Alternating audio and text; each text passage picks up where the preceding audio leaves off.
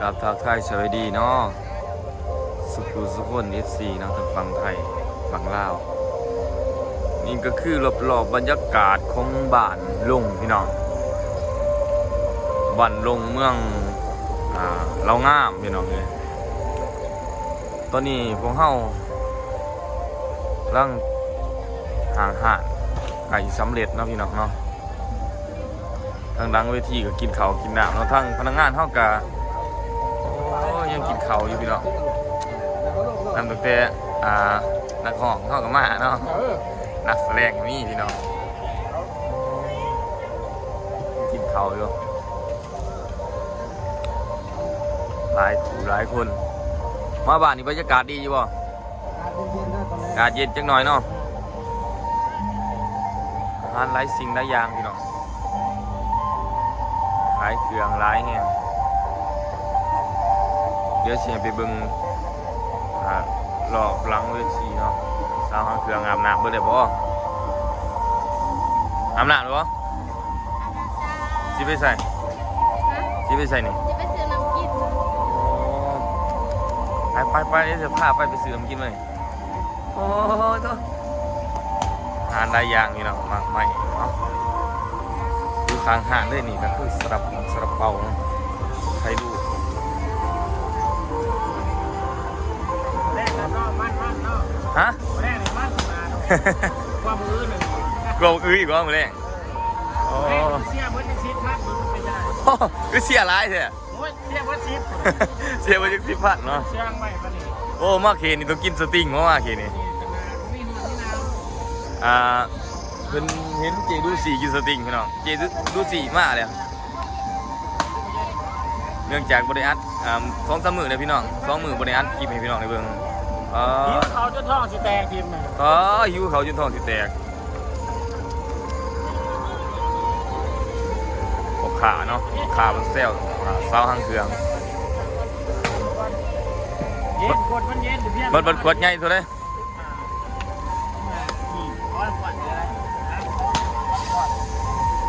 คือว่าขวดใหญ่หรือมันจะกลุ่มบัดซื่นก็เอาทั้งบ้านเขานี่โอ้กูได้ยังไงก็ได้ไฮไม่ได้หัวก็ได้หัวเนาะครบสุดนี่หรอกูสุดยอดด้วยสุดยอดนะมองได้ FC น้อง FC สาวแดนเซอร์เนาะโอ้มึงจะสาวแดนเซอร์อย่างเดียวเขาจะท้องจะแตกเลยนี่เจ้าโอ้หิวเขาไม่ได้ให้หิวเขาก็ท้องจะแตกหิวเขาคือท้องแตกมันว่าหิวแห้งก็ท้องจะแตกโอ้มันบริมีอย่างนี้มีตะลุมหิวเขาท้องจะแตกทีมมีตะลุมมีในท้องเพิ่นหิวแมนก้มเราเลยเพิ่นอย่างคือสิวรวมท้องผูกอาหารหลายสิ่งหลายอย่างพี่น้องนับตั้งแต่มักกะลอกไปอยากแท่งกันมาแท่งไรเนาะโอ้ยัวเป็นยัวเลยหายาคู่เพิ่นนะเบิร์ดนะ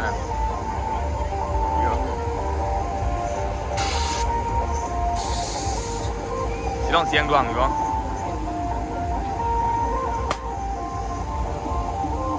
ก็หลายๆใช่มันเป็นแซนนะพี่น้อง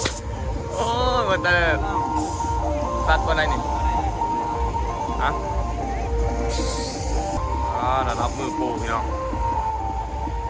ย่างหน่อยกับไรนุ๊กเนาะแต่ว่าผมอะไรยังเลยลุกขึ้นกุ้งเต้าฮะมึงแพงอยู่เหรออาหารการกินได้สิ่งได้อย่างพี่น้องส่วง5 โมงไปมันเจ้าก็พากันแทงมันกระลอกเนาะ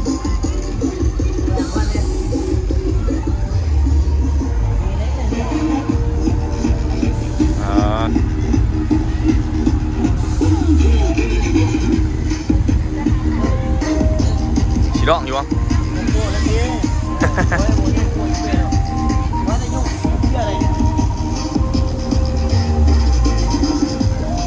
ทำทุนเนาะปลูกไก่บ่แท้งเหรอบ่จักคือสิบ่ไหลเว้ยได้อยู่วะ ปากต้องใส่บ่ไหลนี่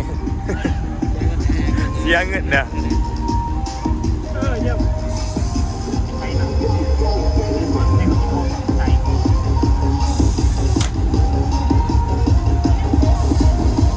เฮ็ด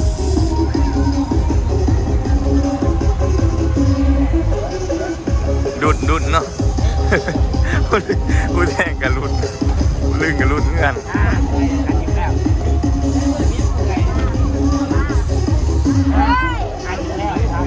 3 ตัวแล้ว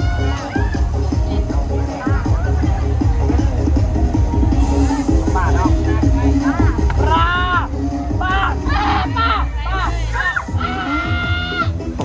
กูได้3 ตัวเลยไก่ตากิงเสียป่ายังมาเป็นไก่ไปไก่ดีด้วยไก่แต่ไก่พี่น้องไปครับโมแทงครับโมแทงครับไปเดินทางต่อเป็นการหลอกบัตรหลายอย่างครับ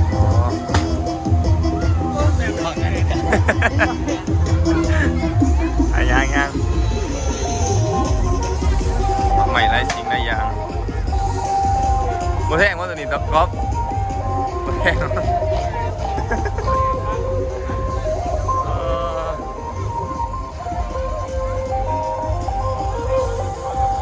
ถ้ามาบึงเขาเจ้ามีขาเศร้าขายพี่น้องมาขายเครื่องกันหลายแห่งกว่านี้เนาะลืนมอลำห้องลืนมอลำห้องกะกว้างเติบพี่น้องใหญ่เติบเนาะตอนนี้เขากำลังสีเขาไปล้างห่านรถเครื่องเขากำลังเขื่อนทีพี่น้องนี่กำลังเสียวข้านทึ่งขึ้นเนาะไก่สำเร็จเลยเนาะทีมงานเขา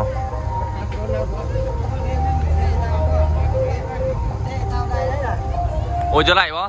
เพื่อนนั่นไปน้ำค่อยม่านได้น่ะอ๋อไปน้ำเจ้าม่านเนาะไปเจ้าไปน้ำค่อยบ่มาทางเวทีวันนี้ไม่ได้ใส่ชุดผ้าเอาเต้นบุกโดไว้ดิ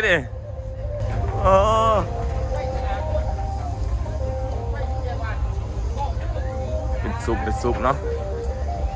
หลายคู่หลายคนก็แล้วนะทางเวทีกวางแน่พี่น้องเลยทางเวทีกวางแน่นั่นเองเนาะจะมาให้เบิ่งซุปผู้สาวรู้หนามพันซื้อที่หนามพันเดี๋ยวรู้หนามนี่เจ้ารู้หนามเจ้ากูได้อยู่ไหนนี่ เต้นผู้สาวจอบลังเวทีค่อยอายทีนาเต้นอัลบั้มชุดใหม่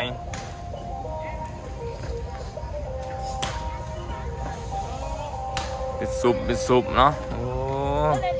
อาบเลยหนามเด้ออาบเลยหนามครับอาบเลยอาบเลยหนามครับ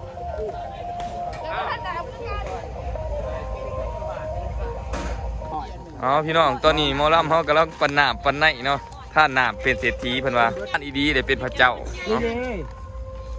โอ้อันนี้ก็อยากได้น้ำแล้วเขาอยู่นี่โป๊ด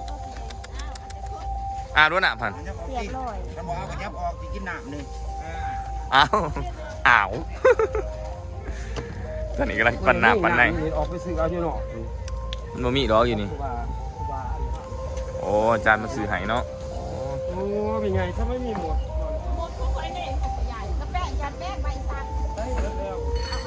มันก็ปั่นน้ำปั่นไหนกันกินข้าวเพราะถ้าได้กินน้ำพี่น้องกินข้าวเพราะถ้าได้กินน้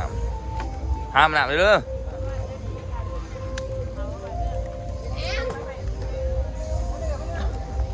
อยู่อาบน้ำเดี๋ยวว่าจะได้แต่งหน้าพี่น้องเอาเนาะพี่น้องเนาะหลังจากเข้ายางเลาะ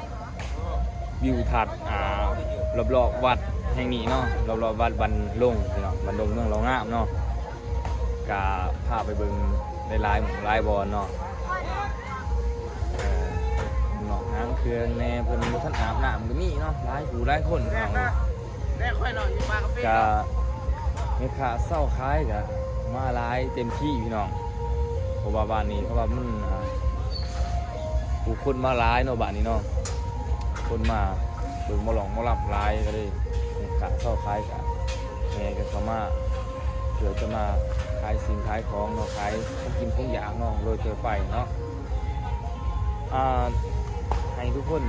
อย่าลืมกดไลค์ไว้เด้อกดแชร์ไว้กดติดตามไว้บ่ได้ลงคลิปประมาณ2 มื้อเด้อพี่น้องเนื่องจากว่าเมื่อยหลายหรือบ่ได้ลงให้พี่น้องได้เบิ่งแล้วก็บ่มีโอกาสได้ไปถ่ายเนาะค่าแต่นอนพี่น้อง ค่านอนเพราะว่าหิวนอนมานี่หลายคืนแล้วก็อย่าลืมให้เป็นกำลังใจกันเด้อพี่น้องหาญาติเวลามาถ่ายคลิปให้พี่น้องได้เบิ่งจังสิบ่เป็นตัวเบิ่งก็มินมาเนาะพี่น้องมินมาตีมาส้มไหลเนาะว่าให้เบาห่วงถ่ายจังไดให้เฮ็ดจังไดแหน่เพราะว่าก็เป็นนักถ่ายใหม่เนาะเพราะท่านเข้าใจในการถ่ายปานใดว่าสิถ่ายแบบไรให้ถูกใจหลายๆคนเนาะถ้าบ่ถูกใจก็ขออภัยนะทุกคนเนาะคลิปนี้ถ้าว่าเบิ่งแล้วสบายในตาก็ขอให้ทุกคนกดไลค์กดแชร์กดติดตามไว้เนาะถ้าบ่ถูกใจก็ขออภัยเด้อพี่น้องเด้อถ้าอยากให้ถ่ายแบบไรเนาะหรือว่ามีไอเดียแบบไรที่ให้